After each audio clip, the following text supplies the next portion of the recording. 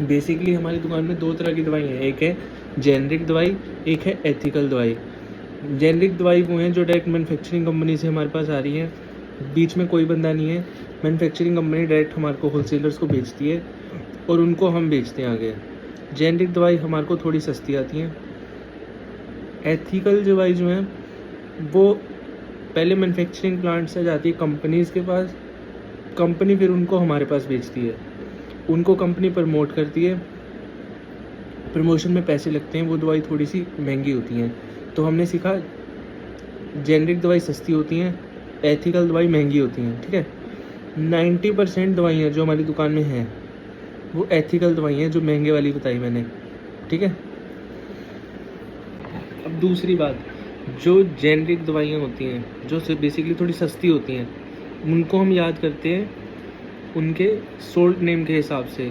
जैसे कि किसी दवाई का सोल्ट है पैरासीटामोल, लेकिन जो एथिकल दवाइयाँ होती हैं उनको हम याद करते हैं उनके ब्रांड नेम के हिसाब से। जैसे कि पैरासीटामोल तो उसका सोल्ट है, लेकिन दवाई का नाम होगा जैसे कॉम्बीफ्लेम, ऐसे। इसी का एक एग्जांपल हो गया, जैसे मेरी गली है, मेरी गली के अंदर 4 जाट फैमिली रहती हैं। फॉर एग्जांपल 1 2 3 4 4 जाट फैमिली रहती हैं। अब जाट जो एक कास्ट है उसको ऐसे उसको मान सकते हो कि उसका साल्ट दवाई का, जैसे कि पैरासीटामोल हो गया। पैरासीटामोल पहले घर में भी रहता है, दूसरे में भी रहता है, तीसरे में भी रहता है और चौथे में भी रहता है। अब रहता है चारों घरों में, लेकिन हर फैमिली अपने बच्चे का नाम तो अलग अलग रख ही सकती है। पहली फैमिली ने अपने बच्चे का नाम राहुल रख लिया, दूसरे ने रोहित रख लिया, तीसरे ने मोहित रख लिया, चौथे ने साजन रख लिया। कहने को चारों पैरासीटामोल हैं, कहने को चारों जाट हैं, लेकिन उनका जो बच्चे हैं उनका नाम अलग अलग हो सकता है। ऐसी सेम सोल्ड अलग अलग कंपनियां अपने अलग अलग ब्रांड नेम से निकालती हैं।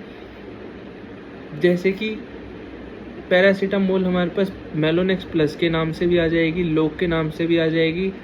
हमारे पास हर कंपनी अपने अलग अलग नाम से अपनी मेलोक्सिकैम पैरासीटामोल या कोई भी अलग कम्बिनेशन निकालता है। ऐसे ही जो जेनरिक दवाइयाँ हैं, जेनरिक दवाइयाँ पहले मैन्युफैक्चरिंग प्लांट में तैयार होंगी, उनसे डायरेक्ट आएंगी हमारे पास, ठीक है। वो सस्ती होती हैं, आसान बात।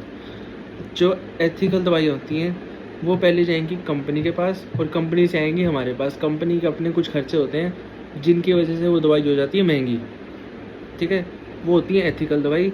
जेनरिक दवाई को याद करेंगे हम उनके सोल्ट नेम के हिसाब से, और एथिकल दवाई को याद करेंगे उनके ब्रांड नेम के हिसाब से। एक आखिरी बात, अब पता कैसे चलेगा कि कौन सी दवाई जेनरिक है, कौन सी दवाई एथिकल है।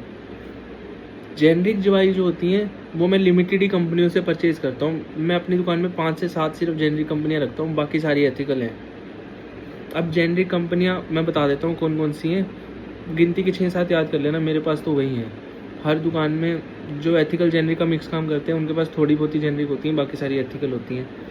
मेरे पास है SRV फार्मा, न्यूट्रीकेम मेडिटेक, ये सबसे ज़्यादा मंगाता हूँ, जी लेबोरेटरी, मीडियोलॉजी बायोटेक,